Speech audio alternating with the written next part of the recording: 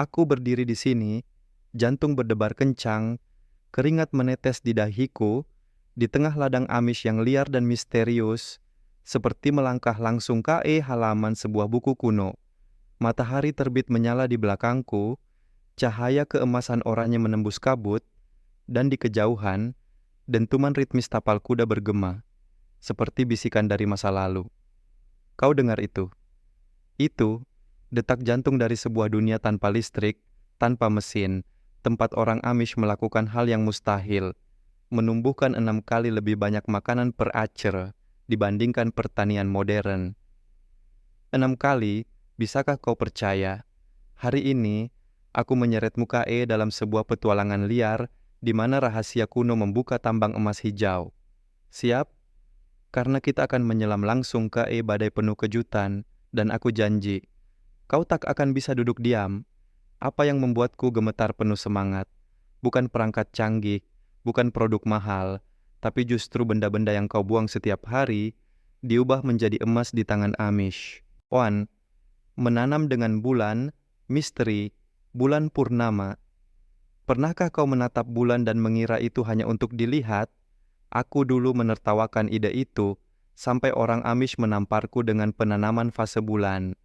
Menanam mengikuti siklus bulan, kedengarannya seperti dongeng bukan? Tapi bayangkan ini, saat bulan menyusut, mereka menanam tanaman akar, kentang, wortel, karena energinya tertarik ke bawah, jauh ke dalam tanah, seakan ada kekuatan tersembunyi yang bekerja. Lalu, ketika bulan purnama bersinar terang, mereka menanam sayuran daun, selada, tomat, karena kelembapan naik dalam tanaman, seakan alam semesta sendiri membantu mereka tumbuh. Aku bertemu seorang petani Amish tua, matanya tajam, suaranya tegas. Kacang yang ditanam di bawah bulan purnama tumbuh 20% lebih cepat. Aku tidak percaya. Jadi, aku lakukan percobaan. Batch pertama, ditanam saat bulan menyusut, tumbuh lemah dan lambat, seperti kura-kura merayap di gurun. Batch kedua, ditanam di bawah bulan purnama, melonjak seperti kuda pacu dengan daun hijau pekat yang membuatku merinding. Ilmu pengetahuan masih terbata-bata menjelaskannya, tapi si petani tua hanya terkekeh. Bulan, tahu, aku tidak perlu.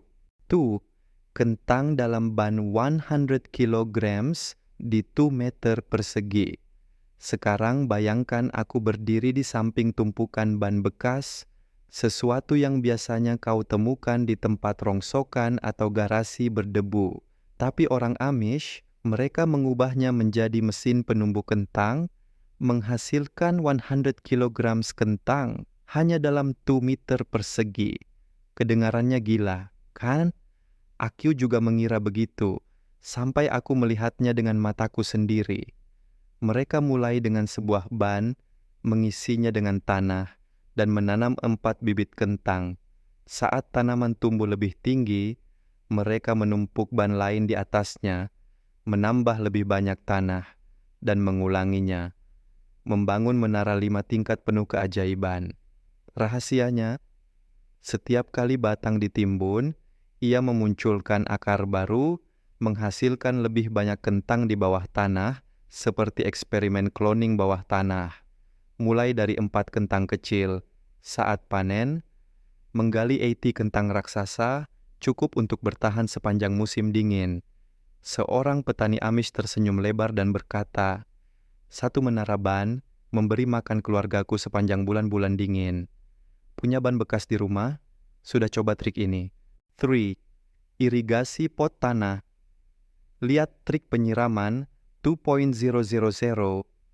Tahun AKU menggenggam sebuah pot tanah liat kecil di tanganku, menuangkan air dalamnya, dan jantungku berdebar. Siapa sangka ini adalah rahasia penyiraman berusia 2.000 tahun dari Roma kuno.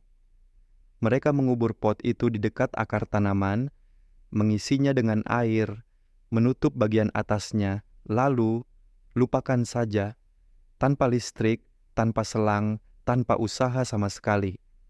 Aku bertanya pada seorang petani Amish, kenapa tidak pakai sistem penyiraman modern? Dia tertawa. Ini lebih baik. Aku bisa pergi seminggu dan tanamanku tetap subur. Jadi aku mencobanya pada tanaman mentimunku. Aku kubur sebuah pot di sampingnya, mengisinya penuh, dan tidak menyiram selama 10 hari, namun tanah tetap sejuk dan lembab, dan tanamannya tumbuh seolah punya malaikat pelindung. Pot itu mengatur sendiri, melepaskan lebih banyak air saat tanah kering, dan lebih sedikit saat tanah lembab, seperti pengasuh pintar di bawah tanah. 4. Hugelkultur, mengubur kayu untuk pupuk. Pernahkah kau mengira kayu kering adalah harta? Aku sama sekali tidak. Sampai orang Amish mengenalkanku pada hugelkultur, metode mengubur kayu di bawah tanah untuk membuat pupuk alami dan mempertahankan kelembapan. Kedengarannya aneh, bukan? Tapi bayangkan ini. Mereka menggali parit, mengisinya dengan ranting, potongan kayu, kulit sayuran, dan kotoran ternak, lalu menutupnya dengan tanah. Kayu itu bertindak seperti spons, menyerap air dan perlahan melepaskan nutrisi sepanjang tahun. Musim panas yang terik, kering seperti gurun, namun bedeng hugelkulturku tetap hijau subur, tanpa penyiraman sama sekali. Seorang wanita Amish dengan bangga berkata padaku, "Aku sudah melakukan ini selama 10 tahun, tidak pernah butuh pupuk tambahan. Aku menggali tanahnya, lembut, kaya, dan lembab, seperti ada sihir tersembunyi di dalamnya. Bahkan lebih baik, mereka melakukan ini di tanah berbatu, miring, tempat seharusnya tidak ada yang bisa tumbuh. Namun sayuran mereka berkembang seperti hutan tropis. Pernahkah kau coba menguburnya? Bagaimana jika tanahmu berubah jadi surga?" 5. Semprotan bawang putih, usir serangga tanpa racun. Mereka merendam bawang putih dalam minyak, menambahkan sabun, mencairkannya dengan air, lalu menyemprotkannya. KE tanaman mereka, kutu daun, kumbang, dan 27 jenis serangga lainnya kabur seperti mimpi buruk mereka baru saja jadi nyata.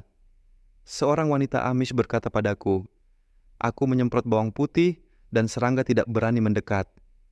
Jadi, aku mencobanya pada tanaman buncisku. 2 hari kemudian, semua kutu daun hilang, tetapi lebah dan kupu-kupu masih dengan riang beterbangan. Tidak ada bahaya bagi yang baik-baik. Bau bawang putih itu membingungkan hama, membuat mereka mengira telah tersesat ke zona mati. 6. Bunga matahari, pahlawan tertinggi di taman. Ini bukan sekadar bunga, mereka pahlawan super. Orang Amish menanamnya di sisi utara kebun mereka, di mana batang-batang tinggi memberi bayangan pada sayuran lembut, seperti selada dan bayam, melindunginya dari panas musim panas yang terik. Seorang wanita Amish berkata padaku, "Berkat bunga matahari, seladaku tetap segar sampai Agustus." Aku mencobanya sendiri dan, boom, sayuranku bertahan 2 minggu lebih lama. Tapi bukan itu saja. Bunga matahari juga menarik penyerbuk dengan luar biasa. Sebuah studi Amish menemukan bahwa tanaman tomat yang ditanam dekat bunga matahari menghasilkan 27% lebih banyak buah. Aku menanam satu baris, dan segera lebah serta kupu-kupu berdatangan seperti sedang pesta kebun. Tanaman tomatku begitu penuh buah, sampai harus ditopang agar tidak roboh. 7. Kardus, senjata rahasia Amish. Melawan gulma aku, mendekati petak kebunku, meletakkan selembar kardus, lalu duduk di atasnya seperti kursi. Orang Amish menyebutnya trik kardus. Mereka mengambil kardus dari toko, meletakkannya di jalur kebun atau sekitar tanaman, menaburkan sedikit jerami di atasnya, dan boom! Gulma mati tercekik karena tidak mendapat sinar matahari. Kardus juga menjaga kelembapan. Aku 2 minggu tidak menyiram, tanah tetap lembab seakan baru saja diguyur hujan. Cacing tanah menyukai kardus, berbondong-bondong memecahkannya menjadi karbon kaya nutrisi dalam satu musim. Seorang tetua Amish membanggakan diri, "Wal ti pula." Aku meletakkannya di musim semi, dan saat musim gugur, tanahku begitu gembur, sampai aku tidak perlu membajak. Aku mencobanya di rumah. Gulma lenyap, cacing tanah ada di mana-mana. Rasanya seperti sedang syuting film dokumenter alam. 8. Kompos lasanya, tambang emas, tukang kebun malas. Orang Amish menyebutnya kompos lasanya, cara termudah dan paling malas untuk mengubah sampah menjadi emas kebun. Alih-alih mencampur dan membalik, mereka menumpuk segalanya seperti lasagna, sisa dapur, potongan rumput segar, lalu daun kering jerami dan koran. Tanpa membalik, tanpa kerja keras, biarkan saja alam bekerja. Kenapa tidak dibalik supaya lebih cepat? Dia tertawa dan berkata, "Aku biarkan alam yang urus, aku sibuk menjaga cucu-cucuku." Beberapa bulan kemudian, tumpukan itu berubah menjadi humus yang kaya dan harum tanah. Mereka menggunakan kulit telur, ampas kopi, daun kubis, hal-hal yang biasanya dibuang orang untuk memberi tenaga ekstra pada tanah mereka. Aku mencobanya di rumah, dan 3 bulan kemudian, tanahku begitu gembur sampai seladaku tumbuh seperti diberi steroid. 9. Kulit pisang emas tersembunyi di kebun Amish. Orang Amish menyebutnya rahasia kulit pisang. Sesuatu yang biasanya dibuang orang ternyata adalah emas murni bagi kebun. Syarat dengan kalium, kulit pisang mempercepat produksi bunga dan buah bagaikan jackpot. Seorang wanita Amish tua berkata padaku, "Dulu, aku mengubur kulit pisang di samping tanaman tomat. Tetanggaku terkejut melihat betapa besar dan manis tomatku tumbuh. Beberapa orang mengeringkannya, menggilingnya menjadi bubuk, lalu menyimpannya untuk digunakan nanti." AKU mencoba mengubur kulit pisang di sekitar tanaman tomatku. Dan 2 bulan kemudian, aku punya begitu banyak tomat sampai harus memberikannya pada orang lain. Bahkan mawar pun menyukainya.